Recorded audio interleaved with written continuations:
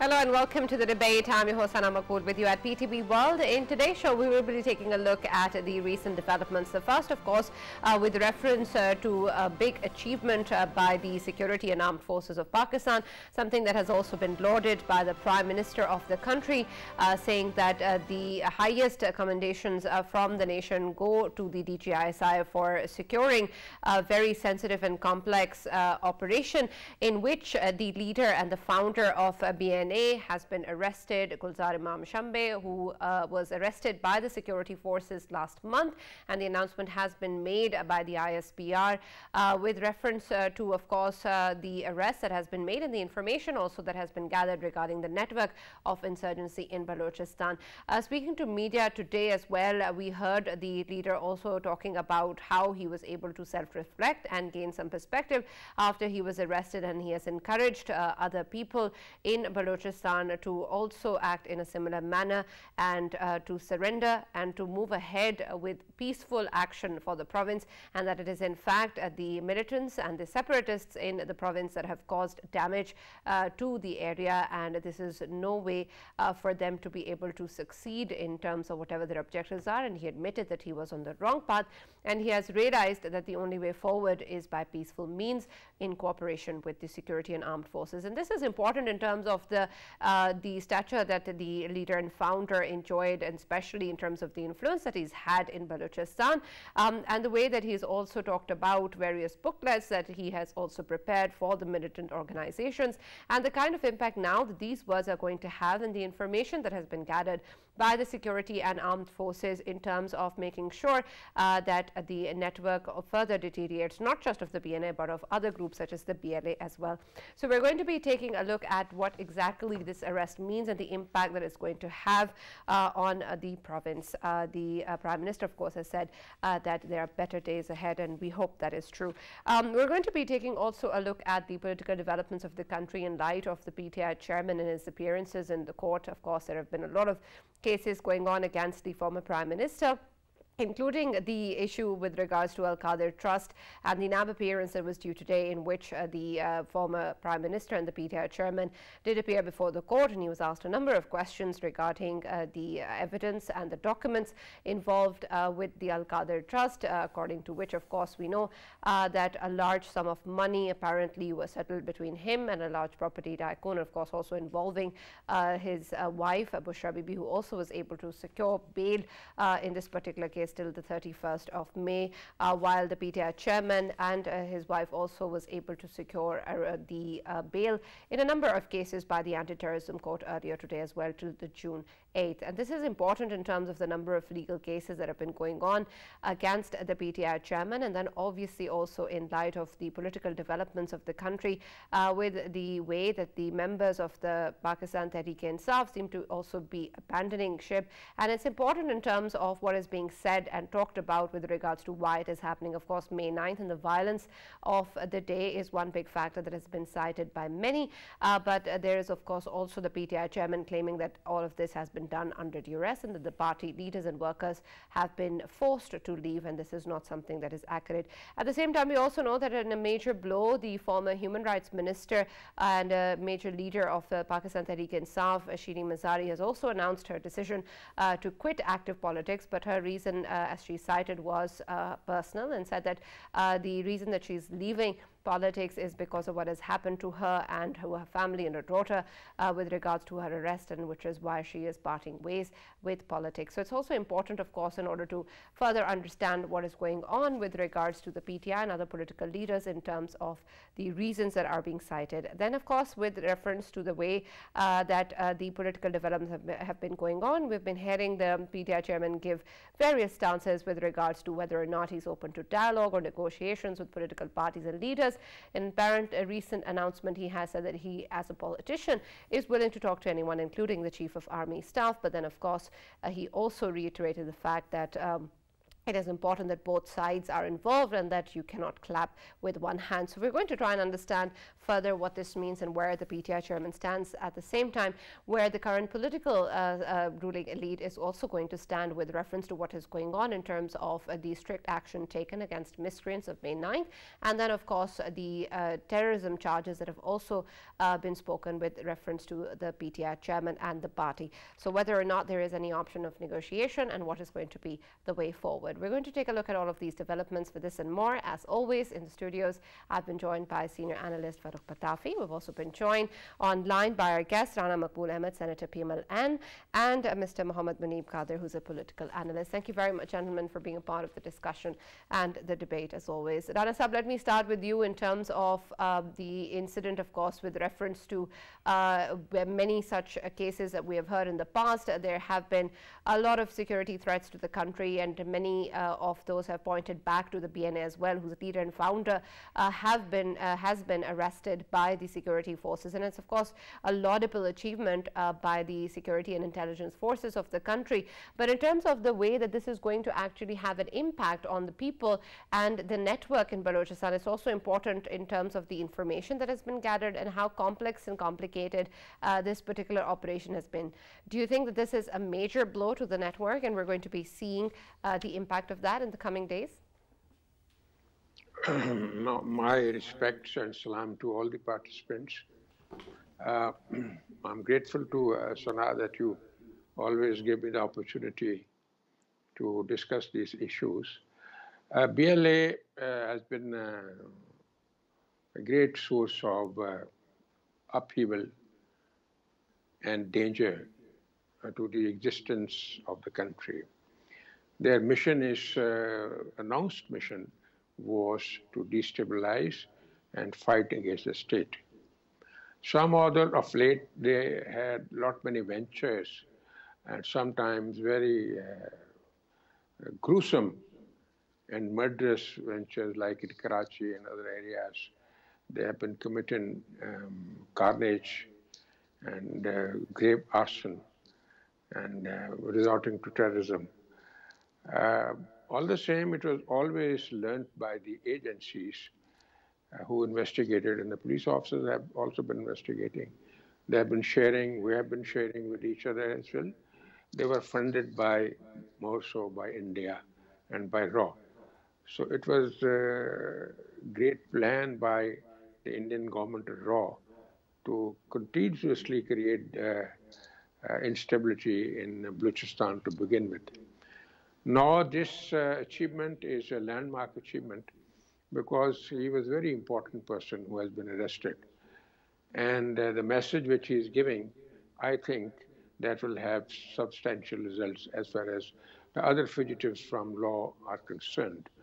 And we had a person, one who was caught of late, who traveled from Iran to Pakistan.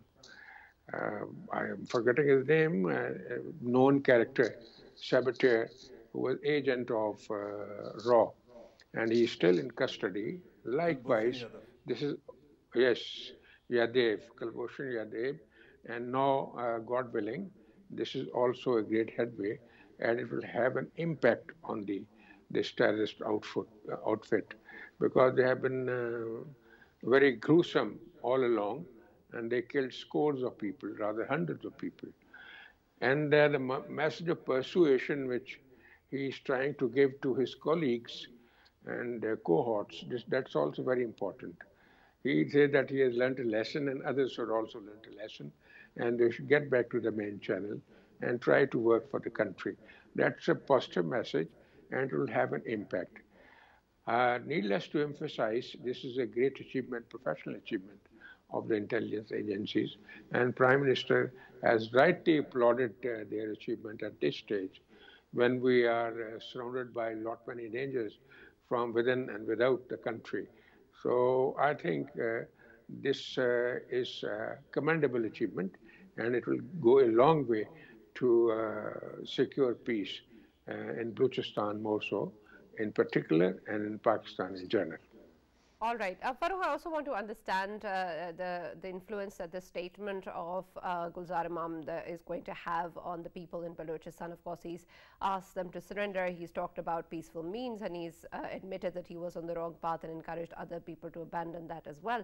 But in terms of what we have learned or what we know about insurgency or other such networks, do you think that these statements will be appreciated or taken to heart in terms of any action changes, or will they be taken as something that is being said just because he's been asked to say it, and in fact the group might actually spring up because of the arrest? Right, Sana.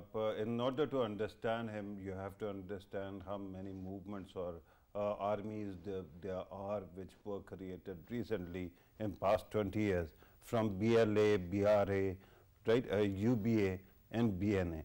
So there are multiple, elements that have been moving ahead and fighting the authorities and killing people, and that has been continuing for quite some time. He's head of one organization, right? And there are others. But the fact is that whenever you are fighting insurgency, the first thing that happens is culling that takes place. Leadership is killed or made is neutralized. So he is also arrested, surrendered, and after that you have seen that he was on record speaking about these matters. But how do you deal with the whole situation? We have to have a serious debate on that as well. Remember, this guy actually started in 2002 as a member of BSO, Baloch Student Organization. Then he kept on getting hardened, and eventually he ended up in BRA, Baloch Republican Army, headed by Baramdah Bukti, from where he was actually expelled in 2018 on the charges of killing too many people and extortion.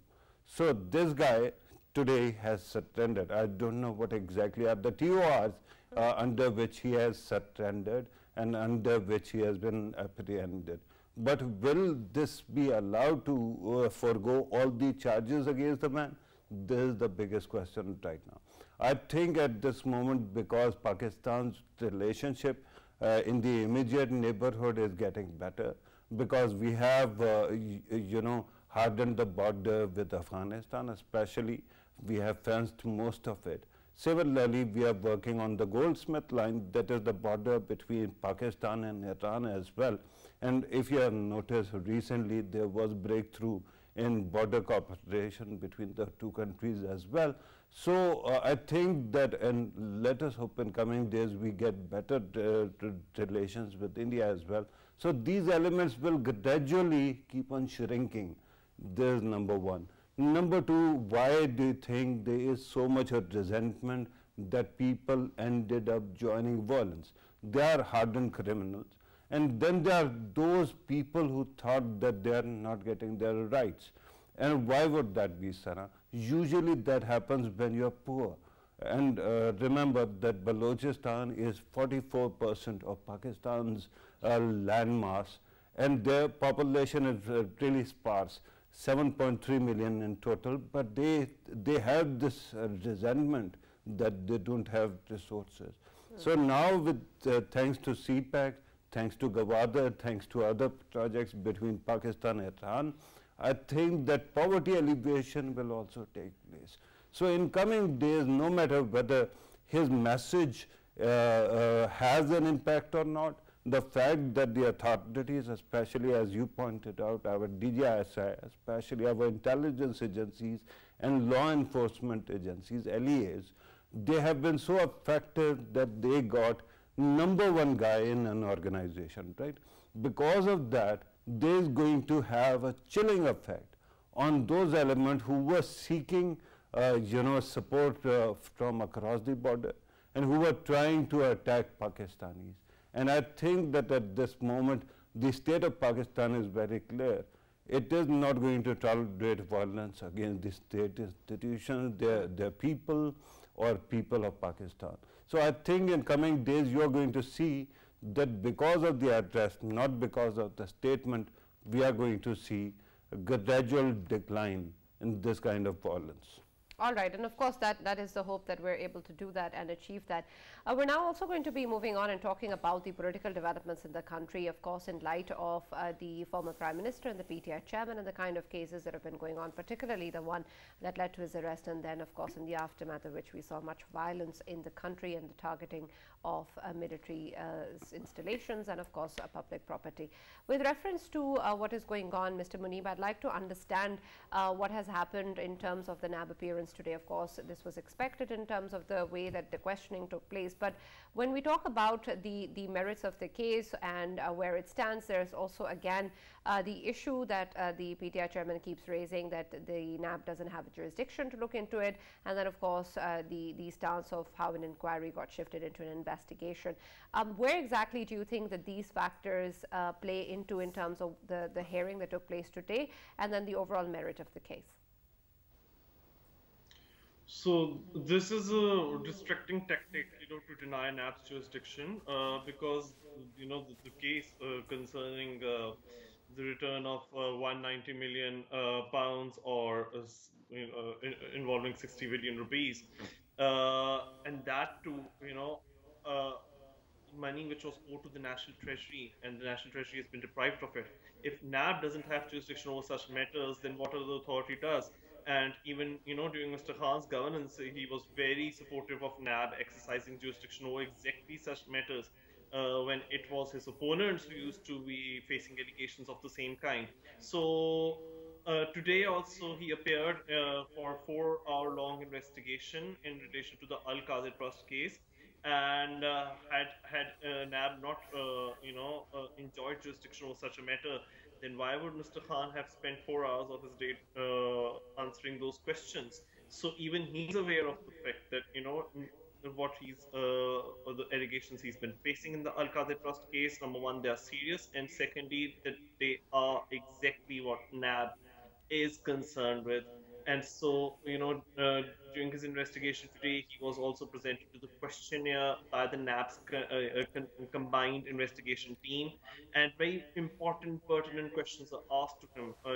Most importantly, as to why the money that was secured through the National Crime Agency in the UK was handed back to the tycoon who was in the middle of the dispute. And he was also asked about the secrecy in which this whole arrangement was shrouded. Why was that deemed to be necessary? And why did an abuse of power, seem to be the only way for his then government to secure a return of this money from the National Crime Agency? Right. The PTI chairman also talks about how the federal cabinet was taken into confidence and it was a unanimous decision. What do you think of that? I think his answers were very vague. He kept on talking about, relevant authorities, relevant government departments being involved in securing the money back from the National Crime Agency, but without specifying which relevant authorities they were, which relevant governmental bodies they were. He hasn't really come clear on that. And so there are a lot of questions regarding the involvement of his then advisor, Shahzad Akbar as well. And why was he so actively involved in securing, the transfer of this money from the National Crime Agency? And why did it not go to the National Treasury, but in fact to the Supreme Court, so as to enable that tycoon to, settle his other debts in relation to the liabilities that he had incurred in other cases? And, interestingly, Mr. Khan, in one of his recent speeches, said that, the money was coming to the country. It doesn't matter that it went to the Supreme Court or it went to the Treasury, it's the same thing. No, but these are not the same things. Because when the money went to the Supreme Court, it went, like I said, in order to satisfy the liabilities that were incurred by, that were owed by the tycoon in the middle of this dispute. So, when you do that, you are actually enabling the very person who had deprived the national exchequer of such huge amounts, that he owed to the country, that he had actually, the money which was whisked away from the country. So you are actually helping the very person who had been accused of depriving the National Treasury, and further depriving the National Treasury from what rightfully belonged to it. in order to enable you as the prime minister, as the then prime minister, and those who are closest to you. I mean, others that have been implicated in the case include his own wife and also other people like, very close allies and very close associates of Mr. Khan. So you were the beneficiaries, and so there's a lot that you have to answer for in relation to the Al Qaeda University. Why was the land for Al Qaeda University and other monetary benefits? Why were they taken from the suspect at all? So these are very important questions, and the case is, I think, one of its kind because 60 billion rupees. I mean, that's a huge amount. Absolutely. Rana Sahab, the issue, of course, again and again, whenever we talk about this case, seems to be quite obvious in terms of how it is being discussed, that there is, of course, a major issue that is being investigated and looked into. However, when we see the PTI chairman addressing his audience or his followers, he keeps referring to how clear the issue is, or the transactions are, and how there is nothing that really is looked into. I can understand somebody speaking like that, but in terms of what the courts have also done in terms of the way the parliamentarians have accused it of partiality, and then of course how we have seen repeated protective bails being given to the PTI chairman and now also his wife, do you really think that this case is going to proceed in terms of the kind of credibility or the kind of honesty that we'd like to look at? Sana, right from day one, the honorable courts, they got involved into, and this case was heard by Justice Saqib Nassar.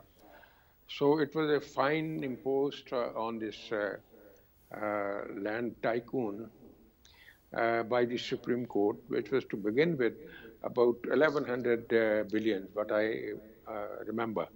But then afterwards, after some interventions and some requests and persuasions, or some other initiatives by the tycoon, this fine was reduced to around 457 billions.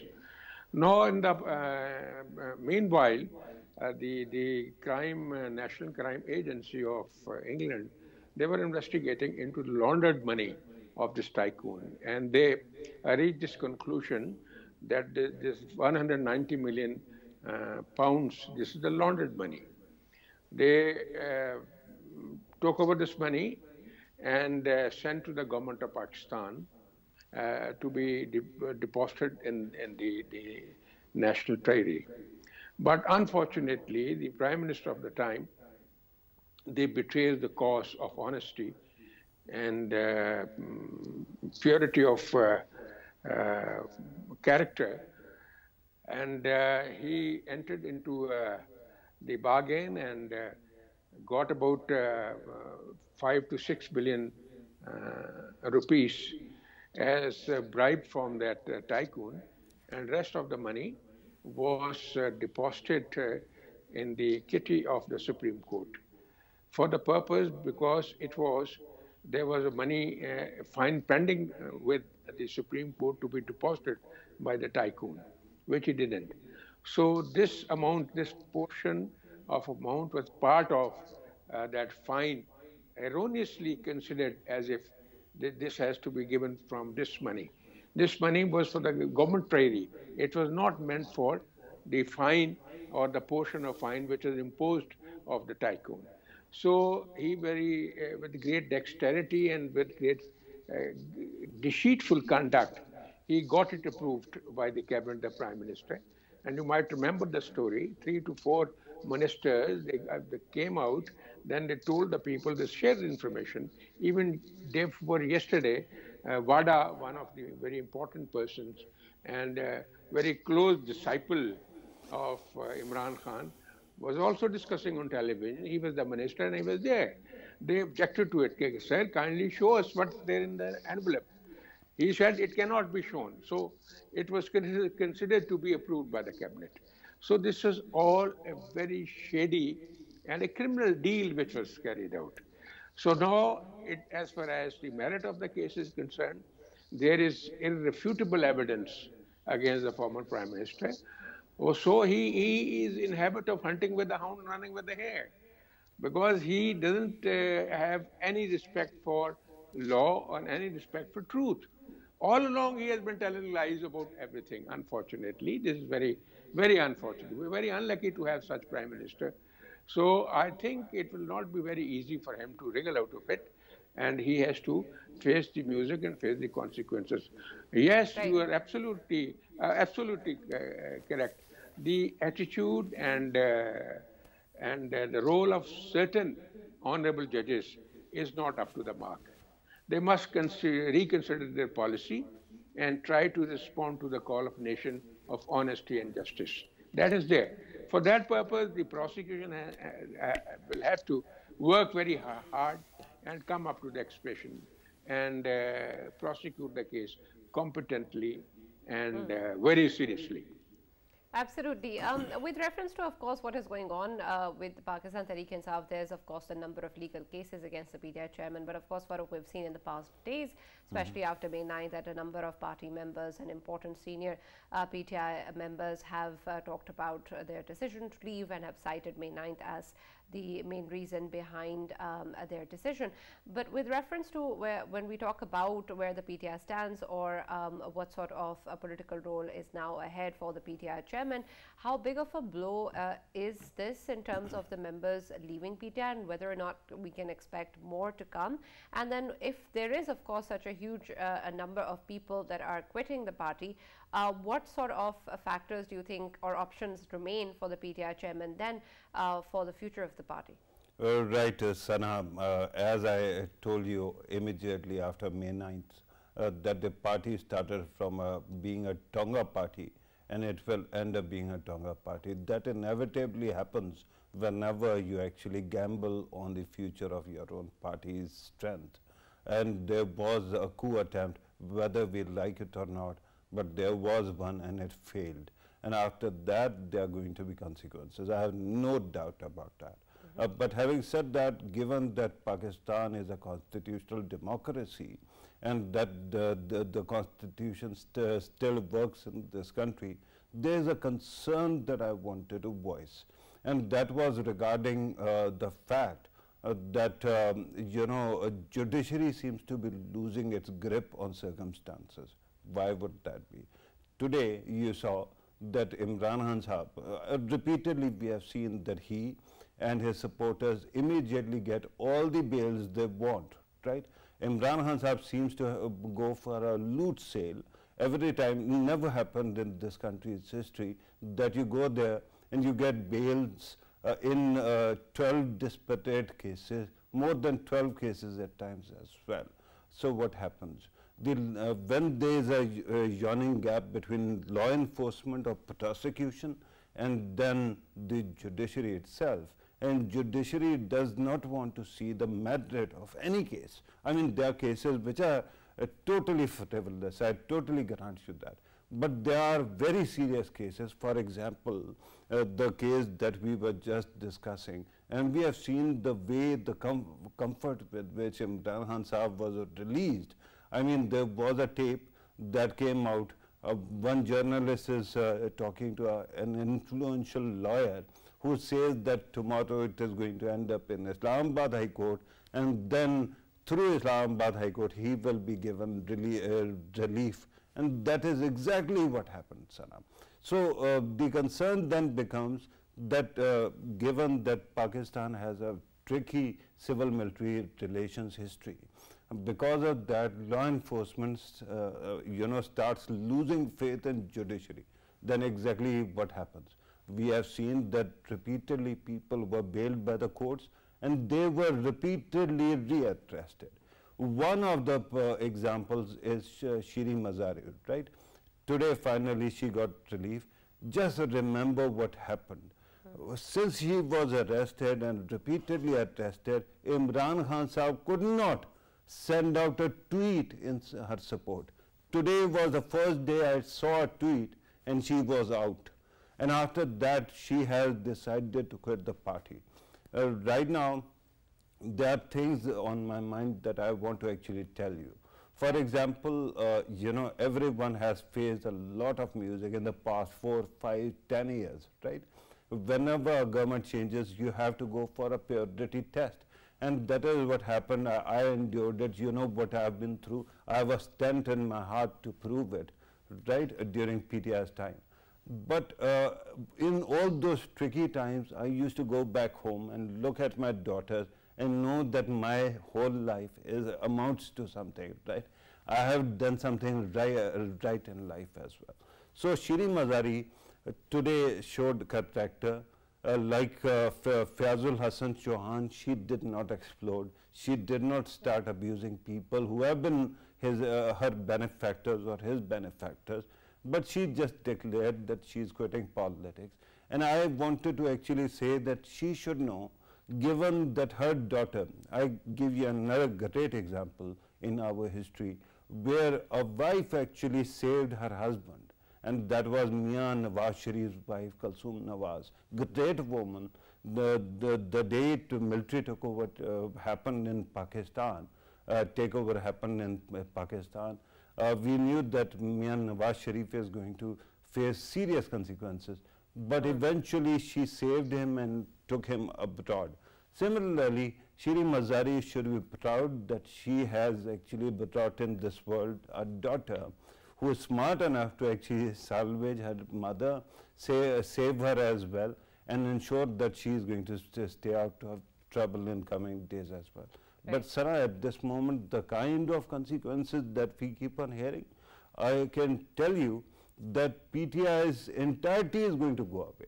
There's no doubt about it. There might be another party that might be created tomorrow.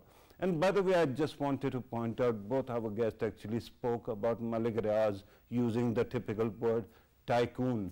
So I was just wondering, tycoon is too small a word for the man, because everyone has this kind of awe or reverence for the man. So why not use another word that is from a novel of James Clavell, and it is called Taipan. So let us call him at least Taipan, that he is so strong that we cannot even mention his name on television. Right, and I heard Rana Sahab, I think he appreciated your comment a lot.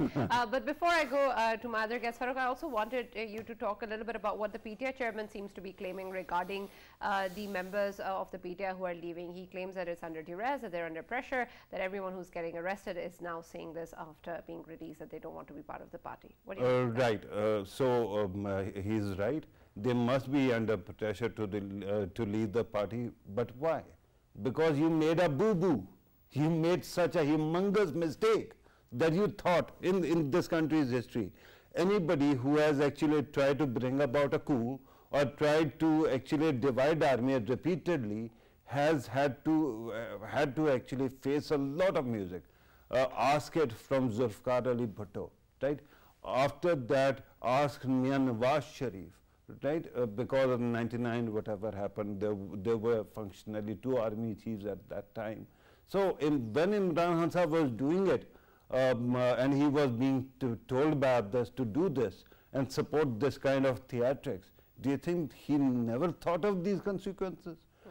Remember, again, what I'm saying is, I'm happy at this moment that at least this country is still trying to be a constitutional democracy rather than a thorough military takeover. The kind of wounds that are there, the kind of anger that is there, Sana. And I mean, we have made peace with such a strange kind of things all over the world. Donald Trump came, eventually we made peace with that. Narendra Modi actually came to power, eventually everybody actually made peace with that. Do you think that if there was going to be a military takeover in this country, the world would have not shrugged their shoulders and made peace with it? They would have. But if we are struggling, still trying to make amends and ensure that this country still remains a democracy, then please stand with some kind of sanity.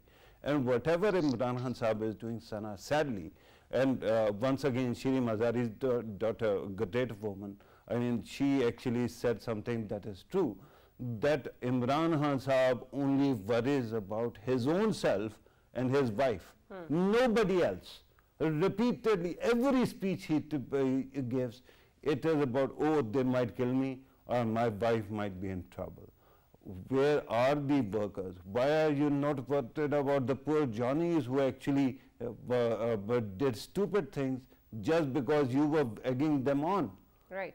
Absolutely, makes sense. Mr. Muneeb, but the issue with regards to the factoring in of other political leaders, or of course with reference to PTI chairman's case, is also important. And I want to take a closer look at the role that the PTI chairman's wife has in this particular case, and then in the way that the legal proceedings will continue. Because so far, of course, we know that she has been given protective bail till at least the 31st of May, but we haven't really seen the kind of appearances that perhaps might be part of this investigation, and it seems that a lot of whatever is going on is being centered on the PTI chairman. How do you think that this is going to unfold then, if an important member of the investigation is not really being thoroughly checked or being part of the court appearances at it? Is this the way that the proceeding was going to go anyway, or do you think there's something odd about it? There's definitely something odd about it. I mean, that Bushra Bibi, she's been given bail, and just as Mr. Pitafi also said, I feel that not just Bushra Bibi, but even when Imran Khan Saab, he just shows up in the courts, he gets a bail only for showing up in the courts, and that too, by the way, after repeated delays or repeated excuses. And so I think that it does tarnish the fairness of all proceedings and investigations if people, I mean, the key figures in the middle of these disputes and investigations, they do not present themselves in front of the relevant forums. So it is extremely unfortunate, and this has a lot to do with, by the way, what is happening to PTI as a whole. That, you know, Imran Khan, because he centered his politics completely around his own cult of personality, you know, it's all about himself. Again, something that, you know, Mr. Pitafi also alluded to, Iman Mazari, Sheen Mazari's daughter, she's just mentioned 2 days ago during an interview that Imran Khan's politics revolves completely around himself and his wife, and protecting himself and his wife and those in his inner circle in Zaman Park, basically. Those are the people whom he's trying to protect. And so if he's to throw others under the bus, it just seems fair play to him. And again, I cannot talk about one or two cases in isolation without looking at, you know, Khan's politics in context as a whole. And as a whole, you know, it's really damning the kind of revelations and disclosures that his own previous party members have made while announcing their resignations. Yes, you know, Shiri Mazari, she's in a very dignified manner announced that she's quitting politics altogether, let alone PTI. But one must not forget the disclosures which have been made by Mr. Fazul Hassan Chauhan while announcing his resignation from the party. He said that it was pre-planned, whatever happened on 9th May, and pre-planned at the very top level within, you know, within very top echelons of PTI itself, that on 1st May, that is what Fazul Hassan Chauhan says.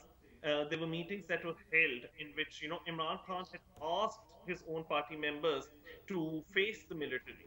And then even after 9th May, Imran Khan had asked not to condemn 9th May terror attacks on army installations, on military installations, on state buildings. Now, that I'm not saying that, it's Mr. Fazul Hassan Chauhan who said it. And I think that there is some credibility to it when it comes from someone who up until very recently was the right-hand man of Imran Khan, who was very close to Imran Khan. And so these revelations which are coming forward, even, you know, other people, so-called civilians who were involved in attacks on the Jinnah house, one of them, his video has surfaced just today, it's all over the place.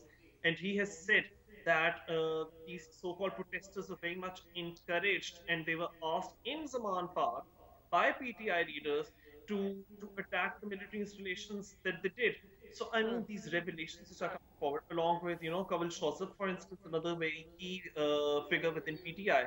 Her messages are being revealed, her video footage is out there where she's encouraging people to just march towards a cantonment area in Lahore. I think that if we look at all of these things in totality, they explain why PTI is now only about Imran Khan, and I think he's going to be the only man standing behind. He will be left completely alone. His own party members are, you know, jumping the ship, and there are two reasons for that. One of the reasons is that Imran Khan, when he spoke only for himself, not for every single person within the party. So while he had been seeking bail for himself, he had been encouraging other members and ground workers to, you know, go into jail. And secondly, when his party supporters were going into jail, when his leaders were going into jail, he was still only talking about himself and only trying to secure release himself. Even, Mr. Fawaz Chaudhry's wife, she appeared to be very disgruntled. She tweeted actually to Mr. Imran Khan that you haven't even mentioned my husband who has gone in Right, jail for you. And so absolutely. one final point that Mr. Imran Khan has just tweeted today, he's drawn an analogy with forced marriages, saying that these are forced divorces that his party members are leaving. I think this is time for him to introspect what went so wrong that his party is now completely slipping away from his hand. Right, absolutely. Rana Sahib, the issues, of course, within the PTI are there, but then we also hear the PTI chairman talking about how, as a politician, he's willing to talk to all political leaders, including the Chief of Army Staff, while, of course, at the same time, previously that he has talked against the armed forces, against the intelligence, against the political ruling elite at the moment. And then, of course, there has been such critical statements coming in from the PTI chairman against these institutions, and similarly in the past issues with regards to dialogue have been either said and then taken away or not at all. And so where do you think that this possibility even comes in, and how is this going to impact the way that perhaps the Chief of Army Staff or the current political leadership wants to proceed with the PTI? Is there any possibility for you to also consider this anymore, considering what has happened on May 9th and the kind of involvement that is being pointed towards the PTI chairman? Well, Sana, whosoever believes him or trusts him, I will not trust his wisdom, because he has cheated many a time. He has cheated the whole of the nation. He has cheated the army. He has cheated everybody. So therefore, it's just not possible for a sensible person to believe him whatever he says. Yesterday, a group of senators visited Jannah House. It was so shocking to see the debris of Jannah House. And I don't think so these circumstances can allow any general, any army chief or any politician to talk to Imran Khan once so much of impregnable, invincible evidence is available. Evidence of judicial confessions, evidence of confessions, evidence of extrajudicial confession, circumstantial evidence, electronic evidence. Every type of evidence is there against him. So there is no question of having any negotiations with him, because he has crossed all the limits. No, whatever he says, we are not going to believe them. Let him fall upon the thorns of hypocrisy and bleed, because he has been so ruthless with the country. He thought he was Tayyib Arab and he can revolt against the army. And he will do such a clumsy thing, which is not even imaginable for a sensible person or a sensible leader to do that. So I personally think the time is gone. Now he'll have to face the music. And I don't think so he can be spared by any prosecutor or by the government or by the army or by the crimes are so ghastly. So therefore we should close the chapter of having negotiations with him. This is my suggestion is, and I think it will happen the same. Lastly, there is a point of clarification. My dear friend Pitafi Sahib said that people are reluctant to take the name of that tycoon. So he's a taipan. No, as far as a humble person like me, I've been a police chief. So we have been striking against the mafias, the mountain of mafias. As far as we are concerned, such mafias are nothing before us. So we are not scared of anybody. So good to hear that. I only wanted to explain my position. So it was just inadvertently that we have not been able to mention his name properly. So right. Malik Riaz is a curse for the country, because he has been an instrument of making people corruptible and corrupt all over. This right. is not this meals which he's serving is just hoax, I personally think. Right, thank you for that, Rana Sahib. With purity of thinking and purity of intention. Absolutely, those comments are welcome. Farrukh, anything you'd like to add very quickly? Very quickly, I was not merely actually, pointing to our two guests. Sure. I wanted to point out that rest of channels are also exactly doing the same. They can name anybody, they can criticize anybody, including the senior most leadership of the hard state, but they cannot mention this man, right? So my concern is that if you want to start with the name of the organization he heads. How has he stolen the name of Bahria town from Pakistan Bahria, that is Pakistan Navy? That is one thing. Regarding Fazil Hassan Chauhan and the Shiri Mazari comparison, I just wanted to point out that there are certain adjustments that you have to do, and then there are crimes of passion. I mean, you could have actually made a statement and said whatever Imran Khan did was wrong and I condemn it and therefore I quit it. Then starts the theater and the philosophy and just dumping on everybody. So that was something that I was really astounded, that this man was essentially, Dr. Shiri Mazari before joining PTI had a stature. She was a public intellectual. Fazil Hassan Chauhan had his breakout moment because of PTI. And today, you can hear him, whatever he said, right. He said. Thank you, Farrukh. Thank you very much, Rana Maqbool Saab, for joining us. Thank you, Mr. Muneeb, Qadir, for joining us and being a part of the discussion. It's a pleasure to have all of you as always.